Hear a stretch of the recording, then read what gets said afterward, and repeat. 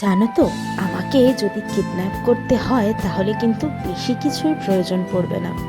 Just একটুখানি egg কারি আর rice, এই দিয়েই আমাকে কিডন্যাপ সহজেই করে নেওয়া যায়।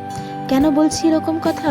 কারণ আমার না রিসেন্টলি এই জিনিসটা ভীষণ প্রিয় হয়ে উঠেছে। আগে যেমন মাছ ভীষণ প্রিয় ছিল, এখনও মাছ প্রিয় রয়েছে, কিন্তু তবুও যখনই ধরো টুকটাক একটু অন্য কিছু খেতে ইচ্ছে করে বা বাড়িতে নিরামিষ হয়েছে মনে হয়, তখন মনে হয় এই জিনিসটাই হাতের কাছে সবথেকে সহজলভ্য এবং খুব ভালোভাবে ইজিলি বানানো যায়। তো আজকে সেই বানানোরই একটা ছোট্ট প্রসেস তোমাদের সাথে শেয়ার করব।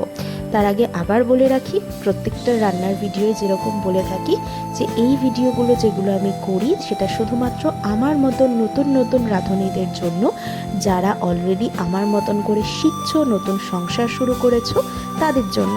যতটুকু পারি ভাবি তোমাদের সাথে একটু একটু শেয়ার করি। যেমন আমিও অনেক কিছুই আমার মাকে, কাকিমাদের, জেঠিমাদের সবাইকে ফোন করে জিজ্ঞেস করে তবেই বানাই। তো সেরকম নিশ্চয়ই তোমরাও বানাও, তবু তার মধ্যে যদি একটু কিছু নিজের থেকে শেখানো যায় সেই জন্যই এই চেষ্টা। চলো, আজকের রেসিপি একদম সহজলভ্য এবং ভীষণ সুস্বাদু।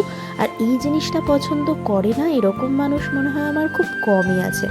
এক কারি, এক কষা যাই বলতে পারো। প্রথমে ভেবেছিলাম কষা বানাবো, তারপর কারি বানিয়ে ফেলেছিলাম, সেই জন্য চেঞ্জ করে দিয়েছি নামটা। তো যেটা প্রথমেই দেখালাম, যে প্রথমে ডিমটা আর আলুটা আলাদা আলাদা করে নুন হলুদ সহযোগে ভেজে নিয়েছি।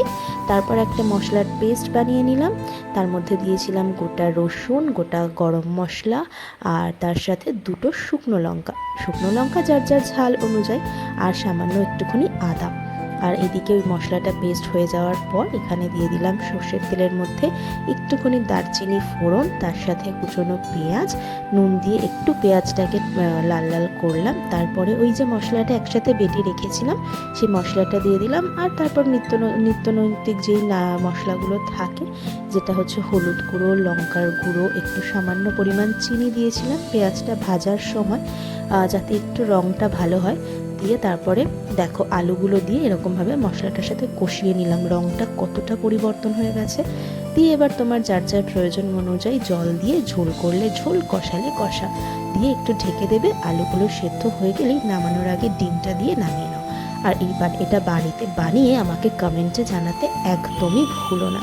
চলো, আজকের জন্য টাটা, দেখা হচ্ছে খুব তাড়াতাড়ি।